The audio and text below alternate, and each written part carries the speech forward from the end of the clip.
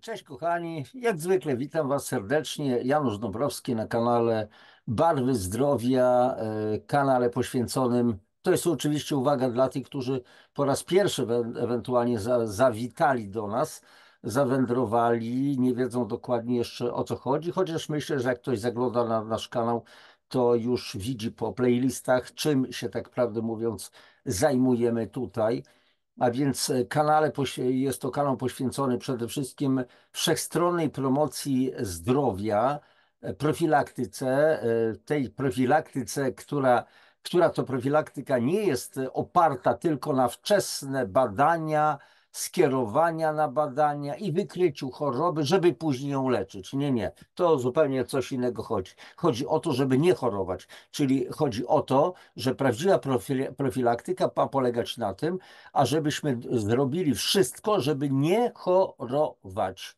A tak prawdę mówiąc, zadaniem lekarzy, być może w przyszłości, w tym świecie zachodnim, zwariowanym, to będzie, kiedyś chyba Einstein mówił o tym, albo któryś z innych słynnych ludzi, że kiedyś, czy Edison, że przyjdzie czas, że zadaniem lekarza, tak jak w dawnych Chinach, nie wiem, czy w dzisiejszych, to będzie, będzie zapobieganie chorobom, czyli opieka nad potencjalnymi pacjentami i uczenie ich tego, co mają robić i jak mają robić, ażeby nie zachorować. I za to lekarze powinni otrzymywać pieniądze, a nie za to, że leczą. Oczywiście ja abstrahuję od tego typu przypadków, jak na przykład załóżmy jakieś wypadki, złamania.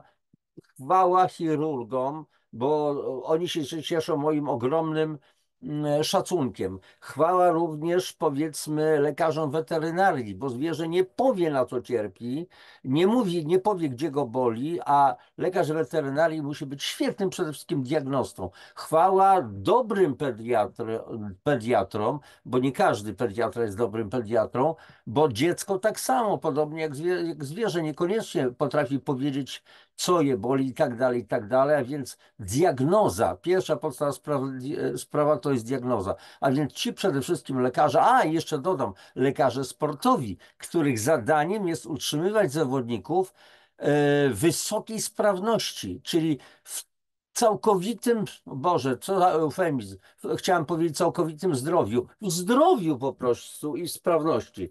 Nieraz życzymy sobie, słuchajcie, no to co, 100% zdrówka. A czy może być zdrówko 99%, 80%? No nie bardzo nie. Ale słuchajcie, przejdźmy do tematu. Znalazłem bardzo ciekawy artykuł i ten artykuł w zasadzie, zaraz go po prostu sobie poczytamy, przedstawię go. Natomiast bardzo mi to, co piszą tam autorzy, bardzo mi to w duszy gra. Bo słuchajcie, mamy XXI wiek, wkroczyliśmy, już jest lata 20. XXI wieku. Jaką mamy sytuację? Otóż mamy taką sytuację, że dzisiejsze dzieci, dzisiaj młodzież nie zna smaku prawdziwego jedzenia, a w zasadzie smaku prawdziwej żywności, prawdziwych pokarmów. Co dzisiejsza młodzież zjada, to wiemy doskonale. Dzieciaki, żelki, chipsy, jakieś inne świństwa z napojów, Coca-Cola, 7-Upy, jakieś inne historie i tak dalej, i tak dalej. A gdzie się podziały prawdziwe smaki?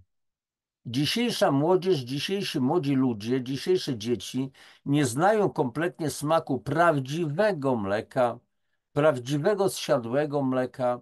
Ja już abstrahuję od tego zwykłego mleka, że nie należy go pić, bo tak, faktycznie nie należy go pić, chociaż ja sam byłem wychowywany na mleku. Babcia moja miała zawsze, całe życie różne krówki. I myśmy, zwłaszcza jeżeli chodzi o wieczorny udój, to czekaliśmy. Dzieci i koty czekały na mleko. Prosto spod krowiego cycka. Nadbabcia nieraz nie mogła się opędzić, a więc nie zdążyła jeszcze przecedzić przez sitko i to się piło to mleko z pianką. A dzisiaj jakie mamy te mleka, na przykład UHT, które jest pozbawione w zasadzie wszelkich wartości.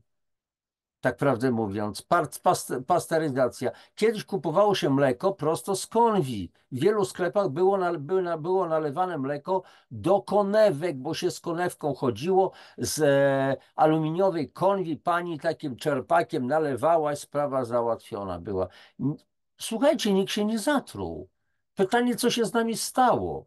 A więc dzieci dzisiaj nie znają smaku prawdziwego masła. A ja takie masło robiłem u babci. Ubijało się po prostu śmietanem na masło, aż na kijku, którym się pracowało, ręka mdlała. Zastanawiam się, jak babcia może tak długo bijać to po prostu to masełko. Już pokazywały się grudki masła i to masło później pływało w wodzie. Niesamowita sprawa. Ziemniaki, warzywa miały zupełnie inny smak. Kurczak, jeżeli się, przepraszam, kurczaczki, jeżeli się po prostu je zaszlachtowało, albo świnki, świnki były karmione nie przemysłową paszą, tylko przede wszystkim ziemniakami, tak zwaną ospą, czyli osypką, zieleniną, pokrzywą, różnego rodzaju roślinami, które się znajdowały jako chwasty, siekało się i to było zdrowe mięso. Abstrahuję w tej chwili od tego, powiedzmy weganizmu, wegetarianizmu. Ja mówię o przeciętnym Polaku, który mimo wszystko zjada mięso i tak dalej. Ja czasami jeszcze też, niewiele tego, ale po prostu no niestety mam swoje latka. Smaki z dzieciństwa zostały, jakieś przyzwyczajenia w pamięci komórkowej, więc mógłbym się bez tego odzywać. Były takie kolei losu, że mogłem żyć całymi miesiącami bez mięsa. Faktycznie odżywiałem się bez problemu. Natomiast nie chodzi o to, żeby to stało się po prostu jakimś przymusem. A więc teraz słuchajcie, co się zmieniło w przeciągu ostatnich mniej więcej 40-50 lat, a może nawet tylko 30 lat? Co się z nami zmieni, co się w nas zmieniło? Co się zmieniło w świecie tak zwanych cywilizowanych ludzi?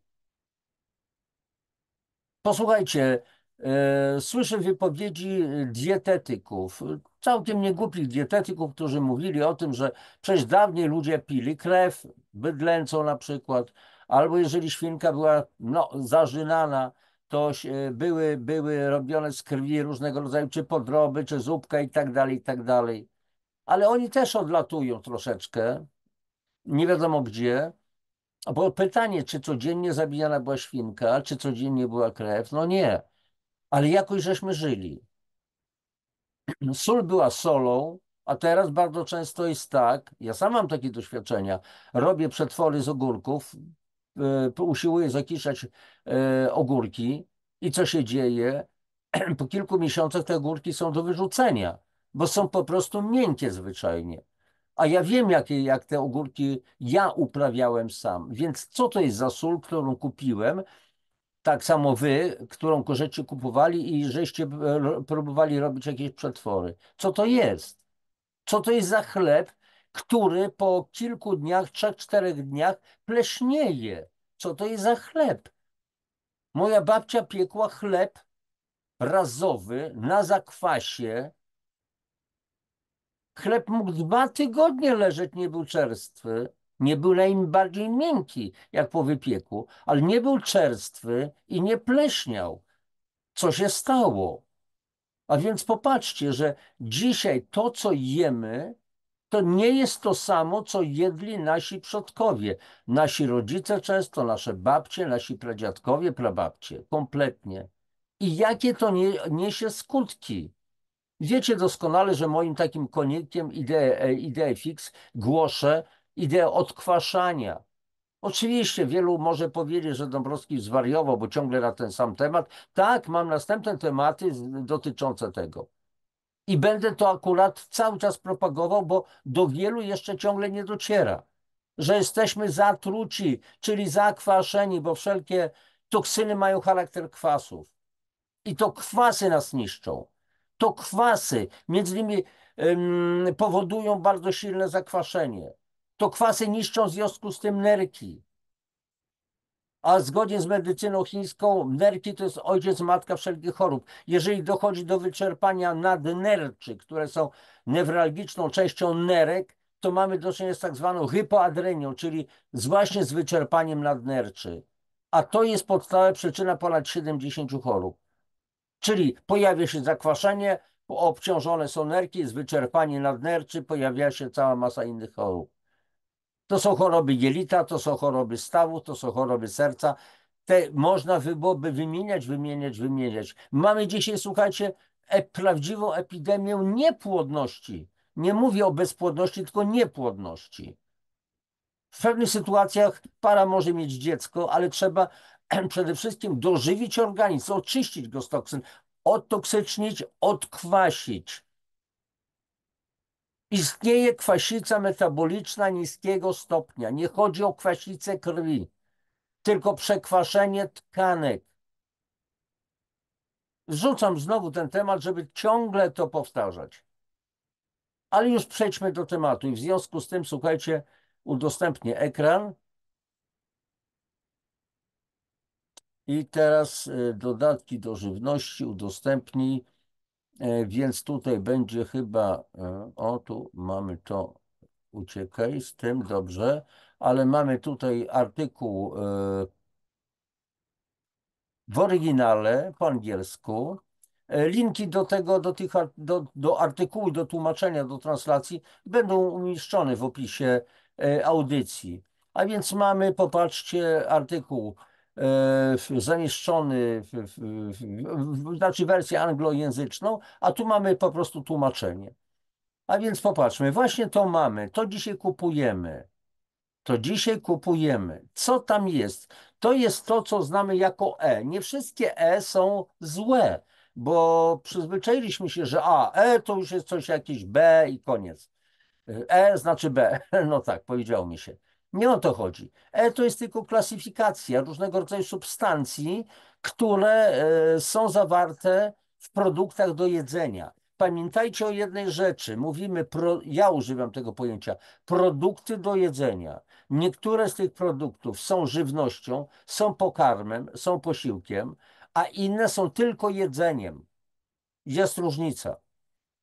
Pokarm, pokarm się, posil się, odżyw się.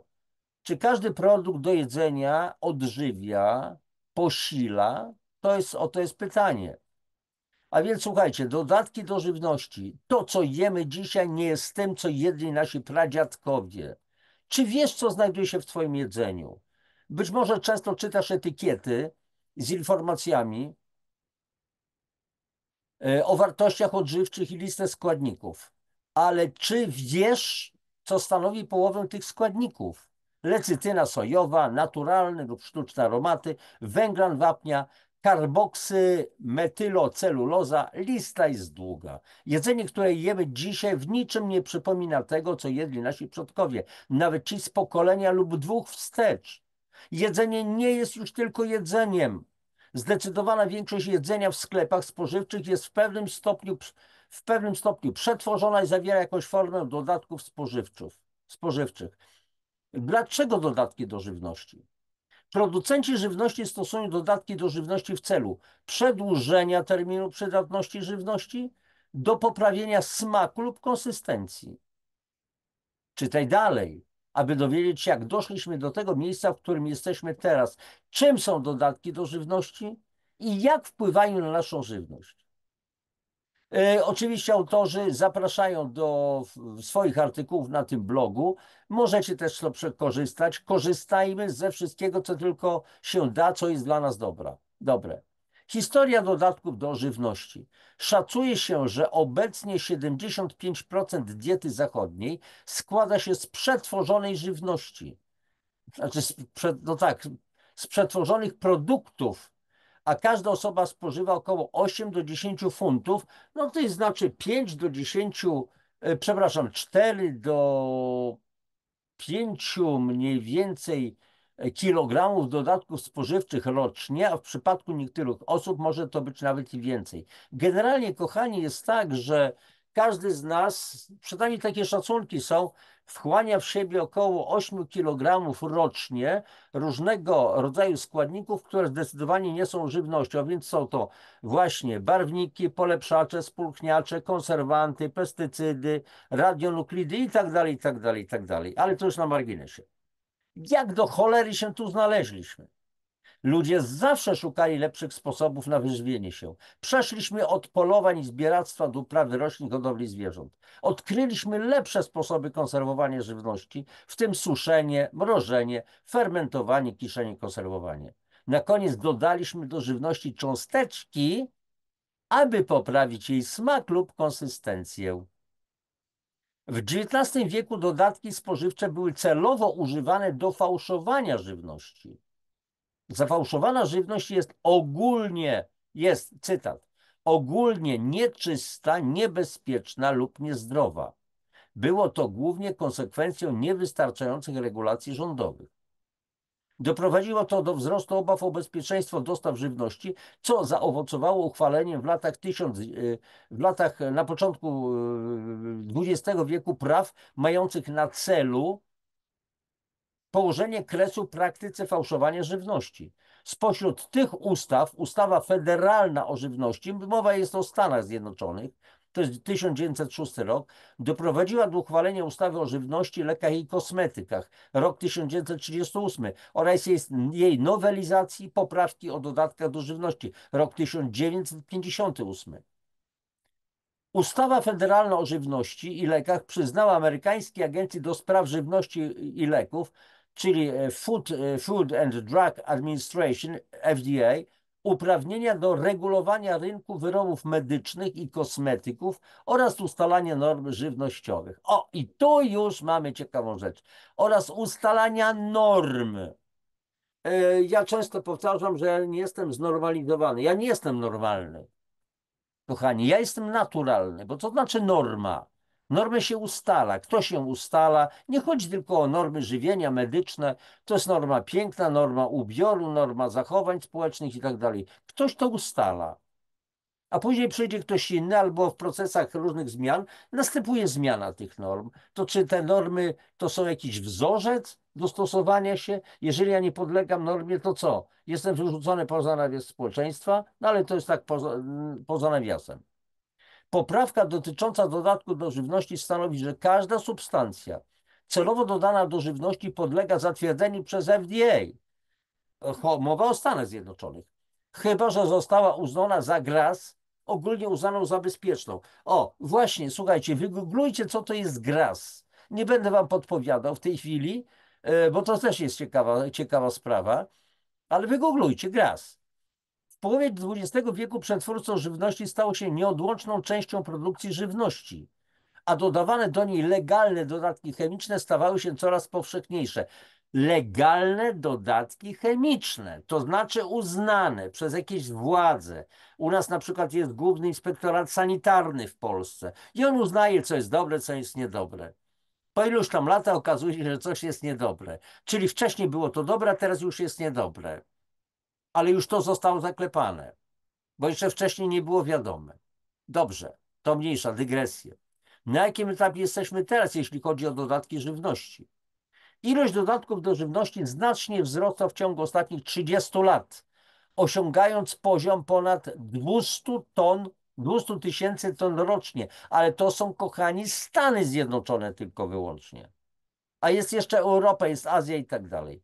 Ponad 3000 dodatków i konserwantów jest celowo dodawanych do naszej żywności. FDA prowadzi bazę danych zawierającą prawie 4000 składników dodatku do żywności, zwaną substancjami dodawanymi do żywności. FDA jest odpowiedzialna za ocenę bezpieczeństwa dodatków do żywności i decydowania, czy można ich używać w żywności, ale oczywiście w każdym kraju jest taka sobie FDA chociażby, polska, brytyjska, francuska i tak dalej, i tak dalej. Ale. Czyli można dodatki zdecydowanie używać, ale może to być wadliwy proces, ponieważ po zatwierdzeniu dodatku do żywności należy go regularnie poddawać ponownej ocenie w świetle najnowszych badań naukowych, nie biorąc pod uwagę doświadczeń ludzi tego, co się dzieje ze składnikami żywności w organizmie. Ponadto w poprawce do ustawy o dodatkach do żywności istnieje luka dotycząca składników GRAS. Słuchajcie, kochani, na razie odskoczę, że tak powiem, jednak niech to będzie GRAS. Zobaczmy, co to takiego jest. Zaraz, mam nadzieję, że tutaj znajdę to. O, właśnie. Ach, Grashalska. Tu już mam. Tłumaczenie strony, szybciutko. Zaraz to się przetłumaczy. Bo jednak nie będziecie pewnie tego szukać, nie będzie się być może chciało, czy nie będziecie wiedzieli dokładnie, czy zapomnicie, więc po prostu zróbmy to. Och, nie można przetłumaczyć tej strony, trudno, nie wiem o co chodzi. Napiszmy jeszcze raz, Gras, może wejdzie tym razem. Zaraz zobaczymy, w każdym razie zobaczymy, co to takiego jest. Em,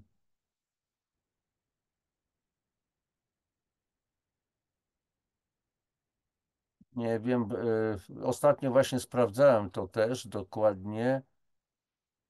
To nie to, to nie to, to nie to. Słuchajcie, na spokojnie, bo będę tracił troszeczkę czas, więc zostawmy ten teraz gras. Poszukajcie jednak dokładnie. A więc wynika to z faktu, że ustawa pozwala producentom określić, czy dodatki są ogólnie uznawane za bezpieczne, a następnie stosować substancję bez powiadamiania FDA. Ponadto ustawa nie nakłada na producentów obowiązku informowania FDA o przypadkach, gdy raporty dotyczące stanu zdrowia sugerują, że dodatki już stosowane w żywności stwarzają zagrożenie dla zdrowia. To skłania nas do zadania sobie pytania, jak bezpieczne są dodatki do żywności? Ja bym to pytanie, kochani, zmienił. Jak niebezpieczne są dodatki do żywności i dlaczego? Czym właściwie są dodatki do żywności? Pierwszą definicję dodatków do żywności podał wspólny panel, w którego skład weszli przedstawiciele Organizacji Narodów Zjednoczonych do spraw wyżywienia i rolnictwa FAO oraz Światowej Organizacji Zdrowia WHO. Och, jak słyszę WHO, zwłaszcza w kontekście ostatnich kilku lat, tego co się działo, co robiła WHO, to mi się niedobrze robi. Definicję tę można znaleźć w Codex Alimentarius. Kodeks Alimentarius, kochani, to jest agenda WHO, Światowej Organizacji Zdrowia. I kodeks Alimentarius zajmuje się niby bezpieczeństwem, a też wygooglujcie sobie Codex Alimentarius, Kodeks Alimentarius. Niby się zajmuje bezpieczeństwem żywności. I wiecie, co ona robi? I zakazuje już od dłuższego czasu informowania nas o uzdrawiających możliwościach witamin, minerałów, ziół i tak dalej, i tak dalej. Chodzi o to, żeby to się nie pojawiało. Oczywiście pod pretekstem, to nie jest przebadane, to nie jest standaryzowane, więc co? Leki, bo leki są standaryzowane, przebadane i tak dalej, i tak dalej. A więc definicję tę można znaleźć w Codex Alimentarius, zbiorze norm, wytycznych i kodeksów postępowania opracowanych przez FAO i WHO. Więc kodeks żywnościowy definiuje dodatek do żywności jako: to jest każda substancja, która normalnie nie jest spożywana jako żywność sama w sobie i nie jest normalnie używana jako typowy składnik żywności, niezależnie od tego, czy posiada wartość odżywczą, której celowe dodanie do żywności w celach technologicznych podczas produkcji, przetwarzania, przygotowywania, pakowania, transportu lub przechowywania takiej żywności powoduje można rozsądnie oczekiwać, że spowoduje bezpośrednio lub pośrednio to, że ona lub jej produkty uboczne staną się składnikiem lub w inny sposób wpłyną na cechy takiej żywności. Oczywiście uwaga, definicja ta nie obejmuje zanieczyszczeń i substancji dodawanych do żywności w celu zachowania lub poprawy jej właściwości odżywczych.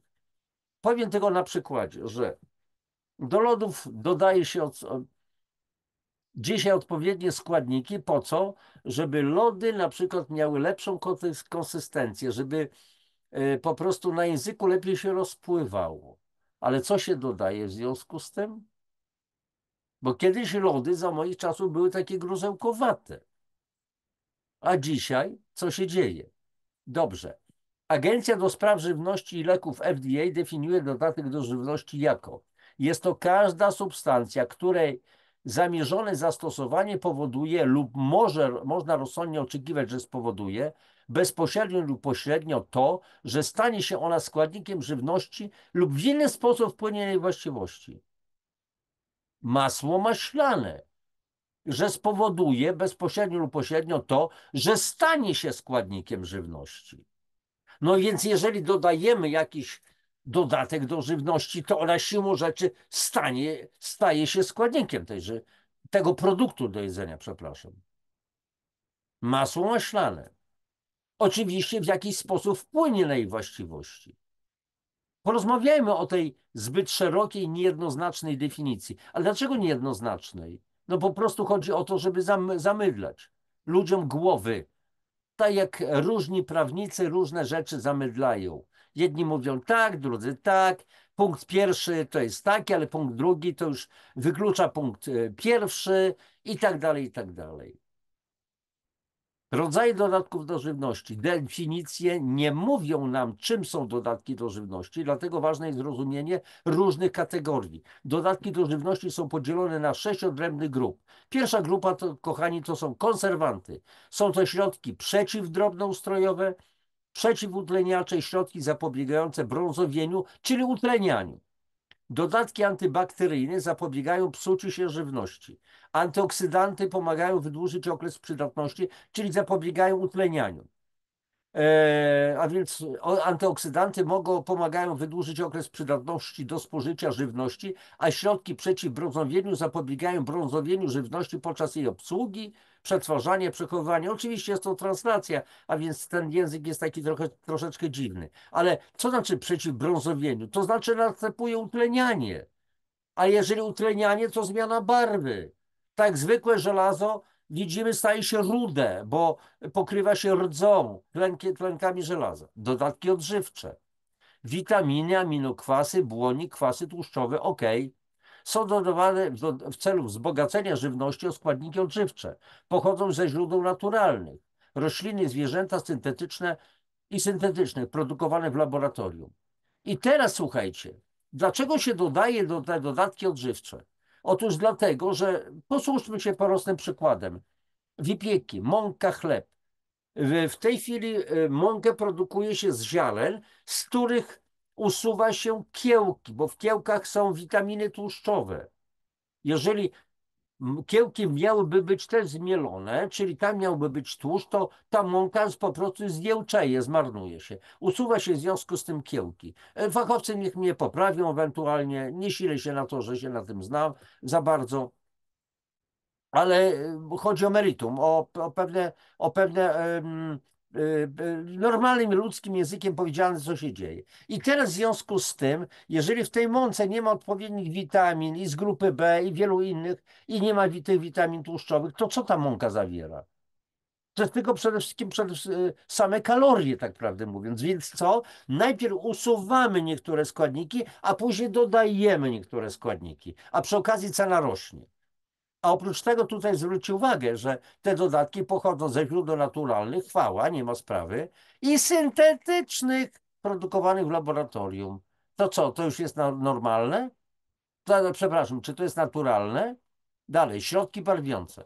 Są to związki azotowe pochodne chinoftalonu, związki triarylometanu, ksanteny i indygo. Są one również znane jako barwniki spożywcze. Są używane do zmiany lub dodania kolorów do żywności, aby zwiększyć jej atrakcyjność dla konsumentów. Atrakcyjność jak najbardziej, kochani. Ale jak to wpływa na zdrowotność, na właściwości odżywcze? Dalej, środki barwiące. Środki aromatyzujące, substancje słodzące, naturalne i syntetyczne aromaty oraz wzmacniacze smaku. Służy do zmiany smaku jedzenia przez jej wzbogacenie, dosłodzenie lub zmianę pierwotnego smaku. Już chyba nie muszę tego rozwijać. Środki teksturyzujące, emulgatory i stabilizatory, substancje chemiczne dodaje się do żywności w celu zmiany jej ogólnej konsystencji lub smaku. O tych lodach jako przykładzie mówiłem. Teraz kilka faktów na temat dodatków do żywności. Wywołują one różne zaburzenia zdrowia, takie jak astma, biegunka, wysypki, wiele innych. Niektóre z nich okazały się czynnikiem ryzyka zachorowania na raka. A kogo to może obchodzić? Grunt, żeby się sprzedawało. Wiele potraw traci swój pierwotny smak przez te dodatki. Ależ oczywiste. Światowa Organizacja Zdrowia zaleca dietę składającą się ze świeżych produktów, a nie sztucznych, konserwowanych posiłków. Dobrze, że WHO to zaleca. To zaleca, to przynajmniej chwała Bogu. A więc zobaczmy, co jedzą nasze dzieci. Przecież nasze dzieci kupują oczami. Kupują, tak, oczywiście, bo razem z nami są w sklepach, w hipermarketach i na półkach przed kasami, gdzie są małe dzieci, na wysokości ich oczu, często umieszczane są tego typu różnego rodzaju produkty. Po co? Bo dziecku rodzic nie odmówi, bo dziecko może narobić awantury w sklepie. Na przykład upadnie na podłogę, będzie trzepać rękami i nogami. No i co ten biedny rodzic, uciemiężony może zrobić? Nie weźmie dziecka, bo inni powiedzą, nie wsadzi go do koszyka. Nie, kochanie, nie kupimy tego. Bo inni powiedzą, co to za matka, co to za ojciec oczywiście. Nie zadowalaj się niczym gorszym, jeśli chodzi o jedzenie. Prawie niemożliwe jest śledzenie dodatków do żywności, które są używane w naszej żywności dzisiaj. Pamiętaj, jest ich ponad 3000. Oczywiste jest, że dodatki do żywności stały się powszechnym składnikiem do żywności. Tylko że to nie jest jedzenie. To znaczy, przepraszam, to jest jedzenie. Tu z autorami się nie zgadzam. To jest jedzenie, ale to nie jest żywność. I to prowadzi nas do czego? Oczywiście pytanie, czy są one rzeczywiście bezpieczne do spożycia w tak dużych ilościach? Czy naprawdę aż tak po prostu konieczne? A więc sprawa taka jest, że kiedy następnym razem pójdziemy do sklepu spożywczego, to zastanówmy się dwa razy nad tymi produktami, które kupujemy. Upewnijmy się, że przeczytaliśmy listę składników. Sprawdźmy, co dokładnie znajduje się w jedzeniu, w pokarmach, znaczy, przepraszam, w produktach do jedzenia, które zjadamy. Czyli nie zadowalaj się jedzeniem, które nie zawiera rzeczy, które mogą nam zaszkodzić. Nam, czyli naszemu zdrowiu i witalności. Zatrzymuję już udostępnienie, kochani. Tak to jest. Jak widzicie, odkryłem Amerykę. Amerykę odkryli wikingowie, Kolumb, podobno Jan Skolna, polski podróżnik i awanturnik. A ja teraz też odkryłem Amerykę razem z wami. Oczywiście żartuję, niczego nie odkryłem, czego byście nie wiedzieli. Jedni wiedzą więcej, drudzy po prostu mniej, ale kochani, naprawdę trzeba sprawdzać, co kupujemy. Jednak być czujnym nie oznacza to, że będziemy zawsze po prostu bezpieczni, że zawsze kupimy dobre produkty, ale kupujmy najmniej przetworzone. Bo jeżeli do produktów, nawet do owoców, do warzyw, które są nawożone, które są opryskiwane pestycydami i tak dalej, dodamy jeszcze przetwarzanie przez zakłady przemysłowe, czyli gotowy produkt, jak to fajnie jest, od razu wrzucam do mikrofalówki, gorące, no to zjadamy produkt o wartości papieru toaletowego. Poważnie. A jeżeli macie w ogóle mikrofalówki, to je wyrzućcie chciałem powiedzieć brzydko, wyrzućcie je i przestańcie stosować. Może kiedyś nagram akurat audycję na temat mikrofalówek. Trzymajcie się, najlepszego wam życzę. A, oczywiście nie zapomnijcie o lajkach, o subskrypcji, o poleceniu tego kanału innym. Polećcie to proszę. W końcu się tutaj spotkamy, jesteśmy już znajomymi i myślę, że ta wiedza, niekoniecznie przecież moja, bo tutaj przytaczam innych autorów, ta wiedza powinna trafić pod strzechy tak zwane, jak powiadał kiedyś poeta. Najlepszego, wszystkiego dobrego, papatki.